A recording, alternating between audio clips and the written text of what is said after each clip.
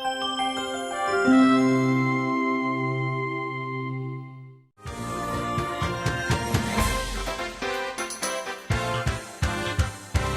out there in television land. Welcome to yet another edition of It's Your Health. Philip Benyo with my bride, Kathleen, right? And if I appear upset during the show, it's because I was promised to wear the tiara during the show, and you stole it from me. No, you wear the tiara at home all the time. It was my turn to wear it. Telling our secrets. You can have it when we get home. All right, make sure you check with your healthcare provider before doing any of the things that we talk about here on It's Your Health. This is our Christmas edition, so Merry Christmas and Happy New Year. We'll be right back after this brief commercial message.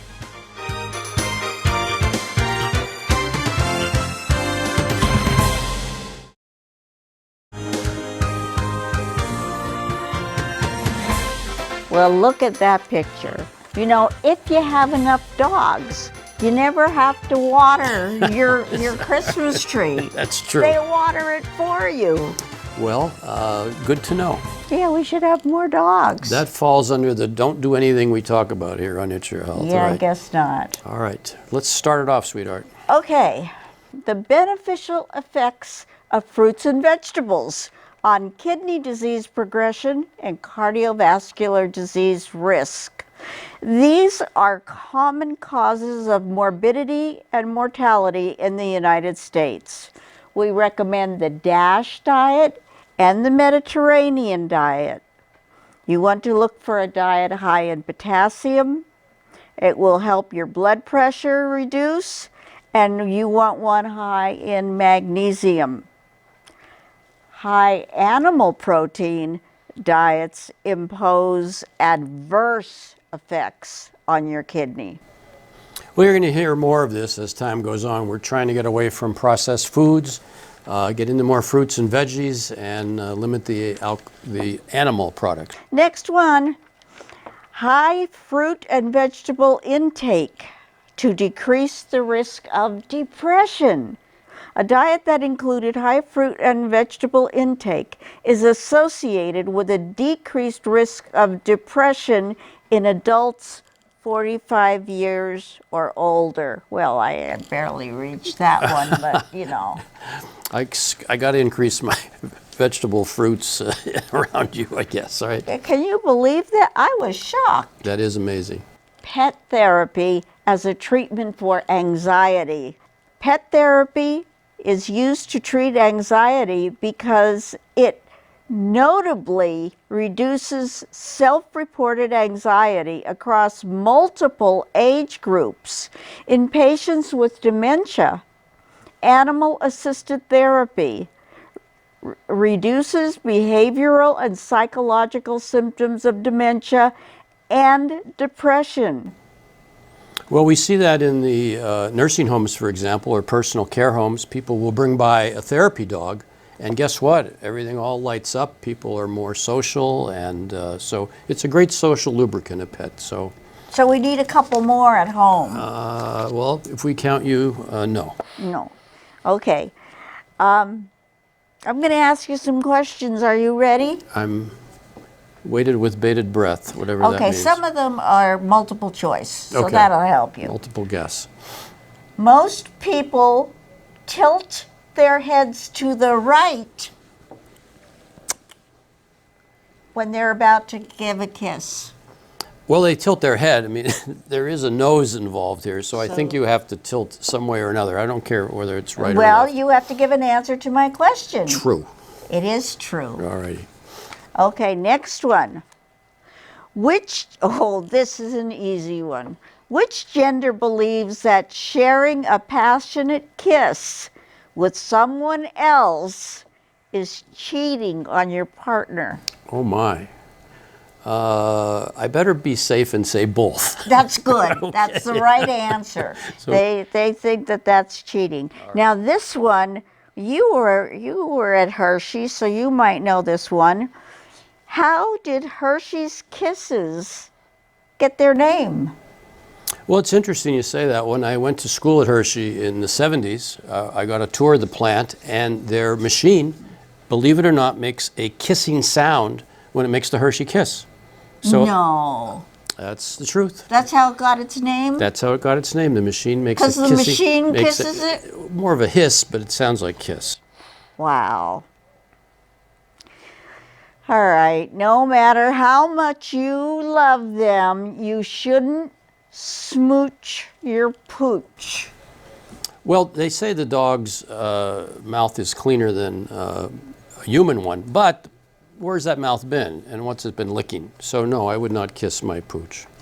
Well, I kiss my pooch on his snout, and that's a big difference. So I think you should kiss your pooch, just not on the lips. That's where you kiss me, on the snout. You don't have a To snout. go back to turn the heads. Where am I here? Okay, this is a multiple choice. On average, how many bacteria move between kissers when you swap spit in a 10-second French kiss? Jeez. 1 million, 18 million, 80 million bacteria. It's the highest. We'll take 80. You're right. All right. But most of the germs are harmless. The kissing's not, but the germs are harmless. Especially those long kisses. You're right. A regular dose of kisses can ward off depression. True or false? I better say true. Well, it is true. Why are you still depressed then? Because you're not kissing me enough. All right. Okay. It's a New Year's resolution. All right. We're going to talk about food again. We talked about diet. We're talking about food that will help when you have pain. Okay, here, get a load of this list. We're going to run through it rather quickly here. Ginger. It's an anti-nauseated, stomach soothing medication, if you will. Salmon, rich in omega-3 fatty acids, great anti-inflammatory. Turmeric, also a anti-inflammatory medicine. Tart cherries, again, reduces inflammation. Extra virgin olive oil, you see this all the time. I kind of like it, extra virgin olive oil. Chili peppers, love those. They smell awful They when you ward off cook things. them. And peppermint, as a matter of fact. I don't like mint. I can't say I've used it. Blueberries is in the news, a great anti-inflammatory to use with breakfast. And pumpkin seeds. Mesenteric ischemia, recognizing an uncommon disorder and distinguishing among its causes. Mesenteric ischemia occurs because of inadequate intestinal blood flow, and it's an uncommon cause of abdominal pain, but it is associated with high mortality. Uncommon, and it's sort of hard to track down. It occurs after you've eaten. Not enough blood is going to the intestine. It's almost intestinal angina, if you will. If you get abdominal pain, nausea, and vomiting within an hour after eating, it could be that the bowel is not getting enough blood. See your doctor and he'll push you in the right direction. Speaking of pushing in the right direction, we're finishing out our first segment, and we'll be right back after this brief commercial Happy message. holidays. Yes. Thank you. I thought we say Merry Christmas. Merry Christmas. There we go. Thank you, and Happy New Year. We'll be right back. Welcome back to the holiday segment of It's Your Health. We'll continue our headlines right here. Right, sweetheart? Yeah, it's very serious. It's not really holiday. We're going to talk about vaccine hesitancy. Yes, yes. So go ahead. Well, people come in and they say, well, I'm not so sure I want to get my COVID-19 shot along with other vaccinations. We're kind of vaccine out, if you will, for lack of a better word. However, it's important that we get the COVID vaccine for this illness, because if you end up getting it, it has a rather high chance of putting you in the hospital and getting you sicker, as opposed to RSV and the influenza virus. It's one of the higher things that can put you in. Yeah, almost 8% of people who have in the hospital with that pass away from it. Right. Where with RSV it's only 6%, and with the flu it's only 2%. So don't hesitate to get the vaccine. We're not going to put a gun to your head, but you ought to get it. Testosterone replacement therapy in men with sexual dysfunction. Well, we see individuals, of course, who say they're not happy with their personal life and they're not responding to things like Viagra. So we do a testosterone level, we find it could be low, we supplement it, and things are still the same. And that's because the addition of testosterone in and of itself Doesn't work. doesn't work. So there. Okay, I have more questions. All right. Oh, this one's so easy.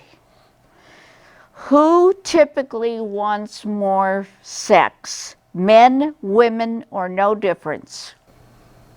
That's a question. Yeah, can you believe it? Why don't you answer that? Men. All right. That was so easy. A glass or two of red wine a day will do what to your libido? Probably increase it. It will, but it will put me to sleep. But you're right, it will. Okay, noted. Don't This give is- you wine. Don't give me. This is a hard one. Drug abuse may cause sexual problems in men. For how long after they stop drugs? 2 weeks, 6 months, or more than a year? Could be up to a year, yes.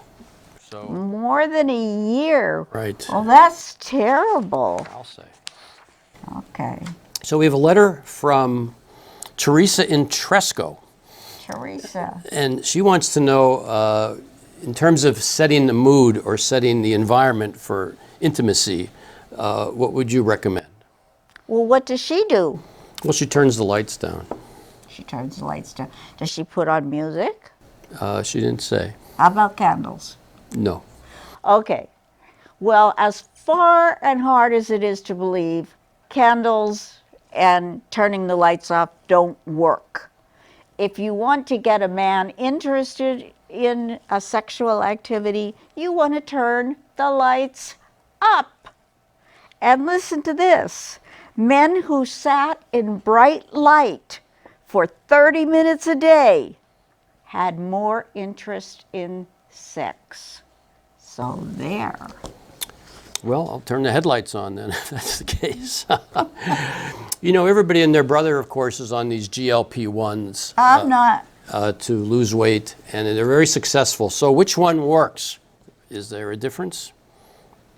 The winner is Zepbound. Better than Wegovy and some of the others. That's the one that seems to work the best. Yes. It was dramatically greater weight loss than its competitors. People lost 50 pounds compared to 33 among those who took Wegovy.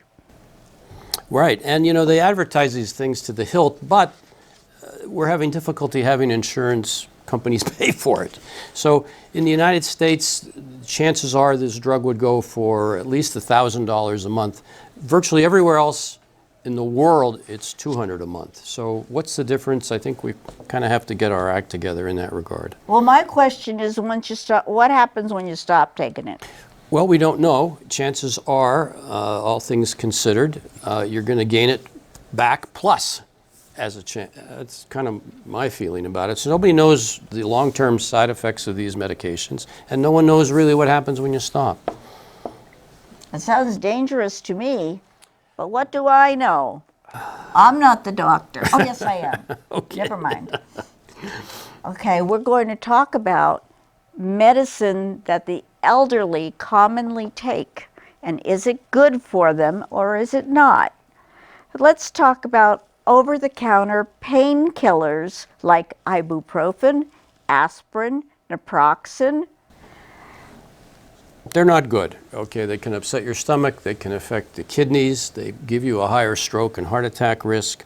So keeping that in mind, if you're worried about the medicine you're taking, look up the beers list, beer as you drink, and that will list the medications that should not be used that much in the elderly. So you're going to find that these are one of them. And prescription medications can get affected by you using over-the-counter medications. Correct. Good point. So that's not good. Muscle relaxants, such as Flexeril, Robaxin, and Soma. Right. Well, these can relax you as well and make you perhaps a higher fall risk. And fall is bad for yeah, elderly people. falls are bad. Diabetes drugs, Diabeta and Glinase. These are old-time what are called sulfonylureas, and we really don't use these a great deal, but they hang around as we age and can give risks to lower blood sugar. So we kind of steer away from those. Yeah, and again, you might get tired and fall. Antihistamines. Well, Benadryl would be the one that can cause urinary retention. Again, very sedating. I'm not so sure the non-sedating like Claritin or Allegra fall into that category, but less is more sometimes. As certain sleep aids will make you feel groggy and have trouble with balance when you get out of bed. Your ability to think clearly will be affected. Again, we have balance. Right. Well, it sounds cruel. You're not going to die of the lack of sleep. You may die of the treatment for it as well. And that goes for the anti-anxiety medications that can be sedating, like Librium. Valium, Xanax. Right. And those are tough to get off, so don't start them to begin with. And they stick around in your system longer than you would expect. So stick around here in our system because we're going to be going to our third segment very shortly. Remember, you're watching It's Your Health, the holiday edition. Merry Christmas. Merry Christmas.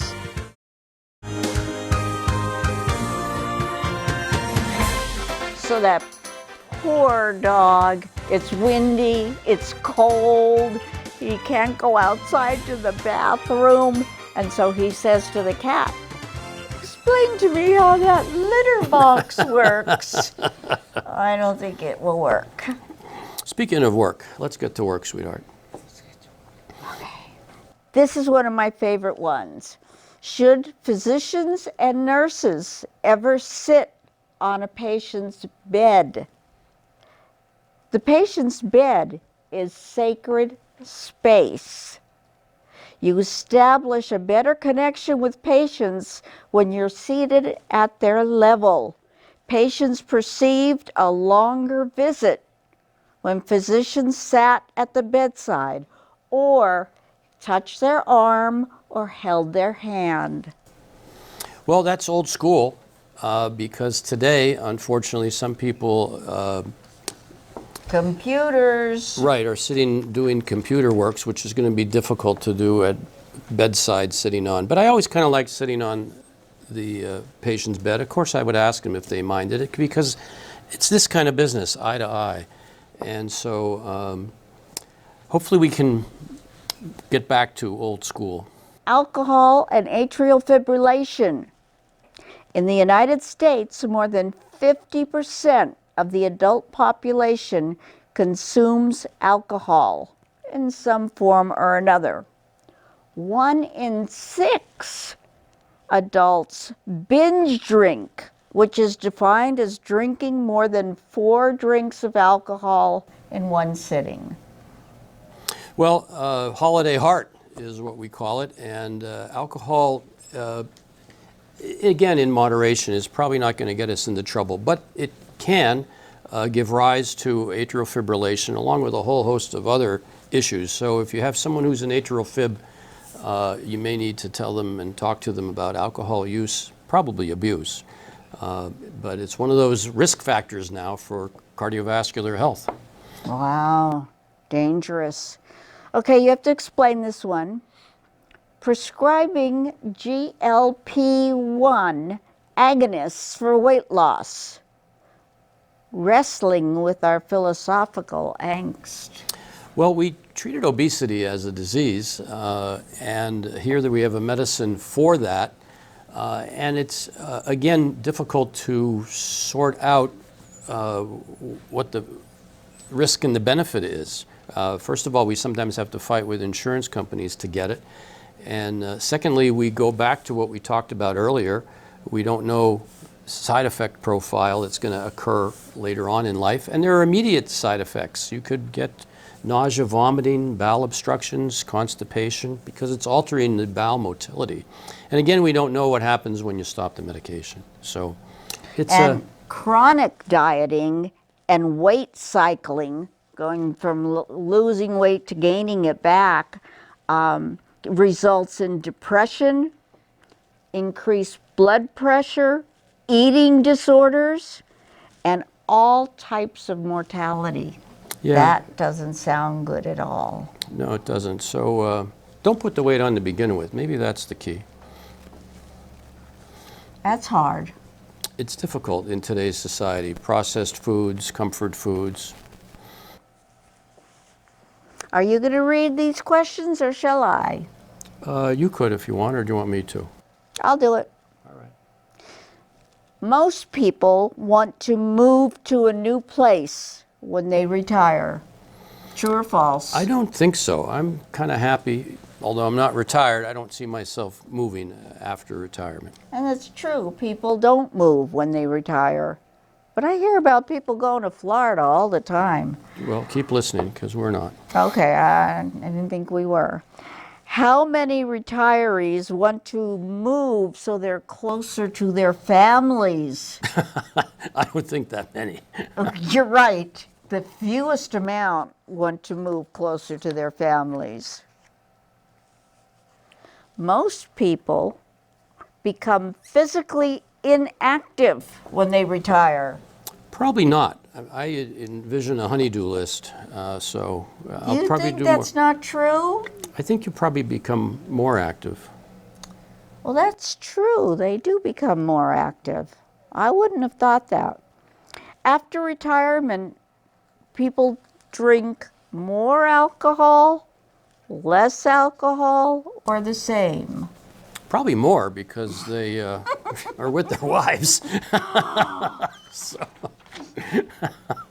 That was really funny. Okay. Happy New Year. The earlier you retire, the better. No, because I think most of us, our work defines us, and it's part of our vocation, if you will. And if you don't have an exit plan, you're going to be in trouble. Do you have an exit plan? No. He's in trouble. Is that right? How many people say retirement means less sex? Oh, my. Well, we're going back to using more alcohol, so I would say maybe more. I don't know. It's actually less. Really? Wow. Yeah. Fewer people complain about not having sex at retirement. Oh, well, another reason not to retire. Huh? We're going to talk a little bit about Alzheimer's. Yeah, it's a hard one because we're going to talk about caregivers, and that is the hardest thing to do. Okay, get a load of this list, if you don't mind, of how to focus and help our Alzheimer's patients. Steer the conversation. What does that mean? That means get out a photo album, give them something to look at, to do, so that they stop being so angry or upset. Keep days and nights straight. Yeah, we've all heard of sundowning.